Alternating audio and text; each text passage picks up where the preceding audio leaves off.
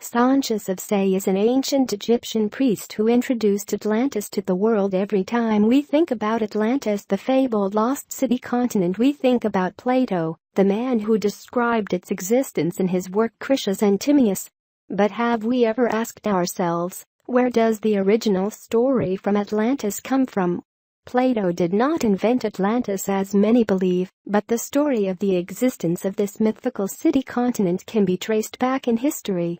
To understand more about Atlantis, we must venture out and learn more about Solon, a highly respected and well-known Greek statesman who lived between 638 BC to 558 BC. Solon was a famous lawgiver of Athens, and he was notable for his poems and writings. As explained by Plato, Solon travels to ancient Egypt to learn more about the history of its country and look for potential trading outposts between Greece and Egypt. It is believed that in an ancient tale, Solon wrote about the mythical city continent of Atlantis, an elusive empire that has captured the interest and imagination of historians, archaeologists, adventurers, philosophers and others for more than 2,000 years. So, who wrote about Atlantis first? Well, from what we are able to understand, it was an Egyptian priest of very great age, named Sonchis of Sais, Sais being an ancient Egyptian town in the western Nile Delta on the Canopic branch of the Nile. Solon, after his travels to Egypt, met Sonchis, who in turn told him a great ancient civilization that had disappeared from Earth 9,000 years ago. Among many other things, it is believed that Sonchis told Solon stories about a series of ancient empires that existed on Earth, natural catastrophes that made them crumble, and great wars that had raged civilization in the past. During his time in the city of Sais, Solon learned great information about Atlantis from Sonchis, who described the incredible size and wealth of the Atlantean Empire as best as he could.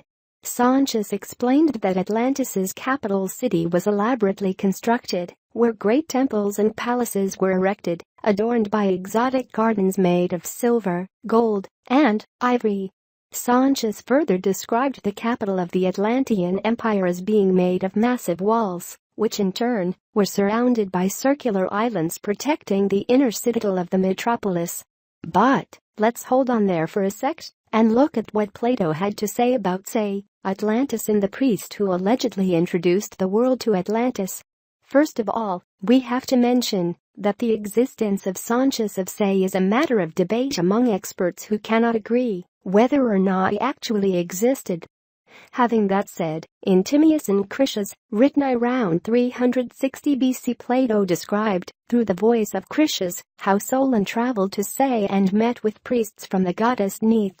It is there where an extremely old priest tells Solon about an empire that existed 9,000 years before him, which was at war with Athens.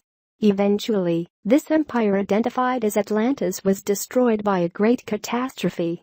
Plato does not mention the name of the priests who told Solon about Atlantis, but Plutarch, 46–120 AD, in his Life of Solon, identified the priest as Sonchis, near Nilus's mouth, by fair Canopus's shores, and spent some time in study with Xenophus of Heliopolis, and Sonchis the sage, the most learned of all the priests, from whom, as Plato says, getting knowledge of the Atlantic story, he put it into a poem and proposed to bring it to the knowledge of the Greeks. So, this means that the history of Atlantis can briefly be resumed like this: an empire existed 9,000 years before the life of Solon and the Egyptian priest Sonchis. Atlantis eventually is destroyed by a catastrophe, and nearly all records of its existence are lost. The only records remain are shared among priests of ancient Egypt. Eventually, Solon travels to Sais, where he meets an ancient priest who knew about Atlantis. Identified later as Sonchis of Sais, this priest explains to Solon that Atlantis was an extremely powerful empire that existed 9,000 years before them and was eventually destroyed. Solon returns to Greece, where he mentions the existence of Atlantis